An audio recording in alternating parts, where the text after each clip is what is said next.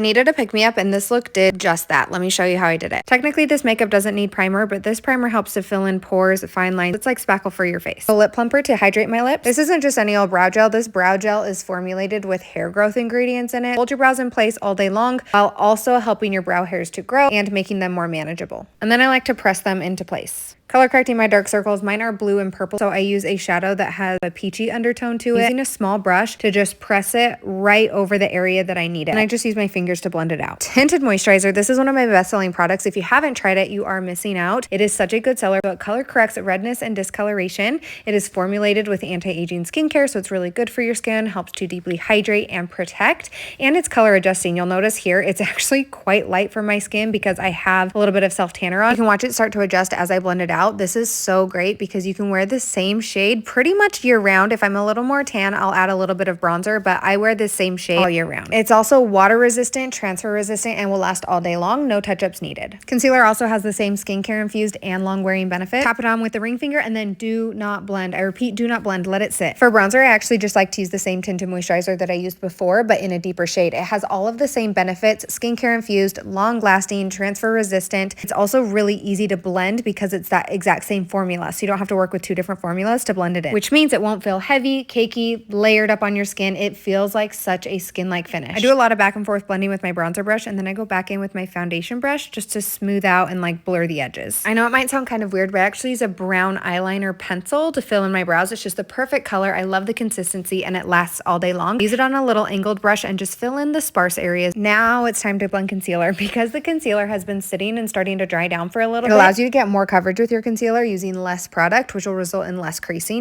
I knew I needed a blush to match this outfit, and the Peony Pink Hydra Matte is perfection. See, isn't it amazing? Yeah, you can totally use these cream lip colors as blush, and look how gorgeous this color is. It is so perfect. It'll also help you keep your look really monochromatic because you can use it on your lips and your cheeks. It's long wearing, long lasting, transfer resistant, and formulated with anti-aging skincare. I do not powder wet concealer. I always wait for my concealer to set before finishing it off with this powder. That way it doesn't crease, crack, and get all crepey looking. My skin is super, super dry, and I can actually use this powder because it is so finely milled and it's formulated with hydrating ingredients. So if you have dry skin like me and usually avoid powders, I recommend trying this one out. Press it on with that little puff and then just dust it away with a fluffy brush. Same powder, just a deeper shade, and I use this over top of the bronzer areas, and then I just kind of put it all over to like blend and melt everything together. It's a super blurring powder. This is getting long. Come back for part 2. On to the eyes. I'm starting with the transition shade. This is Mocha Java, and I'm using it mostly in the crease, but a little bit on the lid, and then I also put this underneath my lower lash line.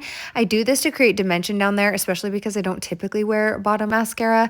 I love a bright sparkly lid, and this shade just does it for me. This is Teardrop Rose Shimmer, and look how pretty it is. These eyeshadows are cream to powder eyeshadows. They last all day. They blend easily. You don't have to worry about transfer, creasing, or any fallout. I felt like I needed a little more depth to the look, so this is blissful, just pressing it into the outer corners. I love a good sparkle, so I'm actually going back in with the Teardrop Rose Shimmer on the back of my hand, tapping my finger into it, and then pressing it onto the lid for extra sparkle. Another cream eyeshadow for eyeliner. This is the shade Onyx. I draw a little line back and then a little line forward, and then smudge it with a little smudgy brush, and then use my fingernail to kind of sharpen it. Here it is on the other eye. Always curl my lashes. This is the best lash curler. And then I go in with Underscent's primer. This primer has lash growth ingredients in it. So not only does it lengthen and volumize immediately, it also lengthens and volumizes your lashes over time, as well as conditions them so it keeps them from getting brittle and breaking. While the primer dries, I'm brightening with some Whisper Pink Shadow Scent. This might look gross, but it makes a major difference. This is black pencil on the upper waterline to thicken up that lash line. Then I go in with black regular mascara. This mascara is also formulated with lash growth benefits, so it's going to help lengthen and volumize your natural lashes. I love doing this as a first coat of mascara to really build up the volume of my lashes. I don't know if I've shared this tip before, but using a lash curler to just press up the lashes while the mascara is still wet helps to maintain the curl so well. I finish off the lashes with the fiber mascara. This has little fibers that attach to the tips of your lashes to literally lengthen your lashes, so I focus this one mainly on the tips. Now for the hardest part, deciding on a lip color.